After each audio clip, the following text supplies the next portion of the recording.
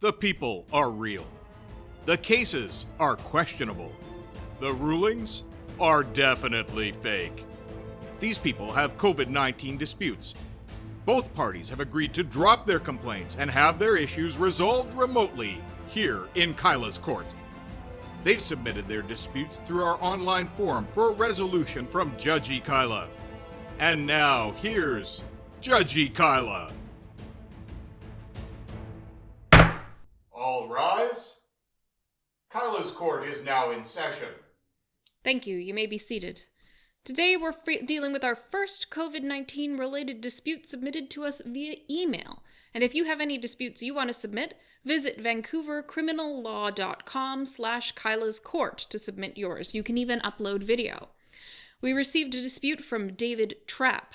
David writes, I was out walking my dog yesterday, and person asked if they could pet my dog, and I said no. Why you gotta be like that, Dave? But he reached in and pet my dog anyway. My dog bit this person as he tried to pet him. He's now threatening to sue me for my dog biting him. My dog was on leash at the time. Well, Dave, it sounds like you did all the right things. You told the man no, you recognized that your dog posed some type of biting-related risk, you had your dog on the leash and under your control, and the man defied your permission, which for some reason he sought out only to not follow it, and stuck his hand in harm's way.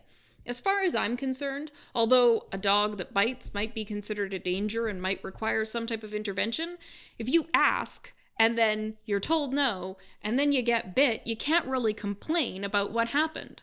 It's really like Captain Hook and the crocodile. You know, Captain Hook antagonizes the crocodile takes his hand off, and then he's angry at the crocodile for the rest of his life. We all know that Captain Hook is not justified in that situation, and neither is this individual being justified in threatening to sue you. You did not give consent. And for all of those people out there watching Kyla's court and listening to this judgment, you should know that if you ask to pet a dog and you don't get consent, there's probably a reason for it. I'm a dog owner myself. I have a crazy dog. I never know what he's gonna do. He's a completely out of control lunatic. That's why I like him.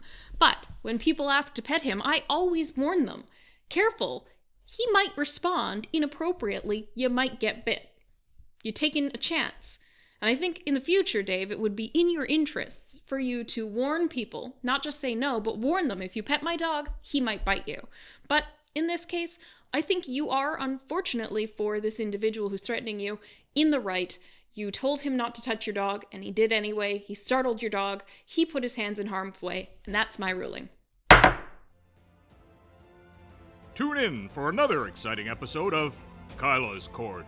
Kyla's Court is not a real court. All submissions are the express property of Kyla Lee Heavy Industries and Lee Pharmaceuticals, a division of Lee Shipbuilding and Dredging.